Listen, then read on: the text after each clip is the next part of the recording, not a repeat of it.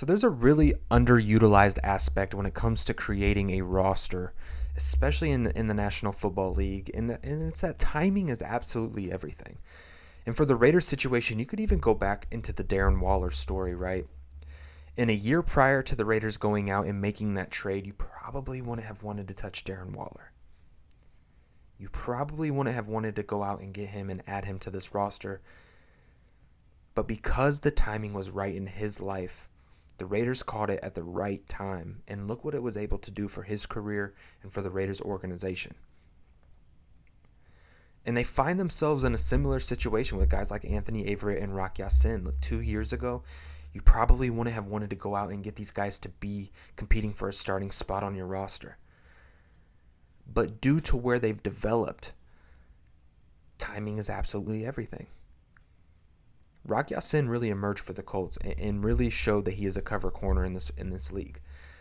Led the Colts with 11 pass breakups last year. Anthony Averitt emerged for the Baltimore Ravens in a really big way, especially playing on the opposite side of Marlon Humphrey, where typically you start getting a lot of targets. Now, early on, he got a lot of targets headed his way, but by the end of the season, opposing offenses really started to respect Anthony Averitt.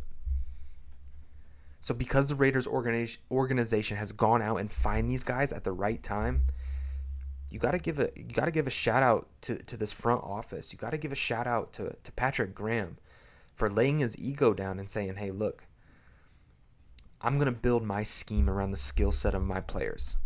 If I have a ton of long press man coverage corners, guess what we're going to do? We're going to run a lot of man coverage."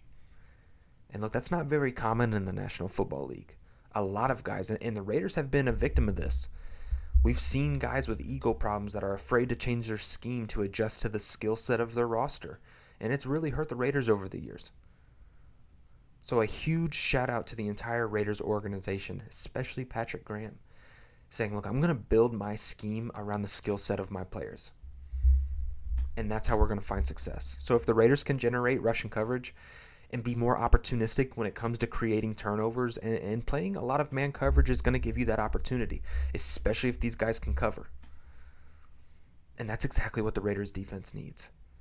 We need an opportunistic defense. And look, if we can do that, we can creep into the top 15.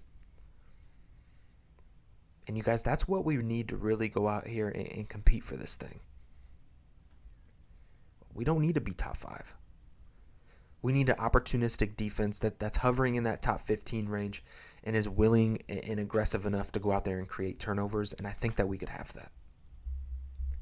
Year 2 guys like Nate Hobbs and Trevor Merrick are going to be asked to do a ton. Nate Hobbs is just a football player. He's just a dog. Line him up in the nickel, bump him outside, have him shadow the best wide receiver week in and week out.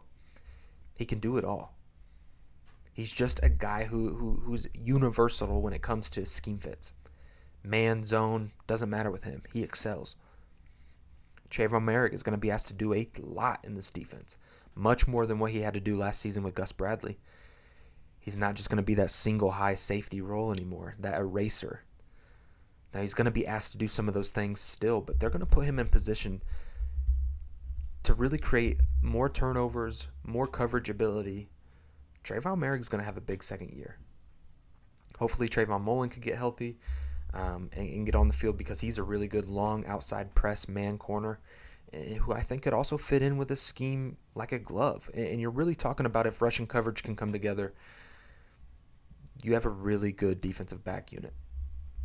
You overall could have a really good defense. So look, Raider Nation, let me know what you guys think down in the comment sections about this defensive back room. I think it's amazing that Derek Carr came out and said, look, I've had to deal with more and tighter coverage in practice with the Raiders this training camp than what I do in national football games that I've competed in.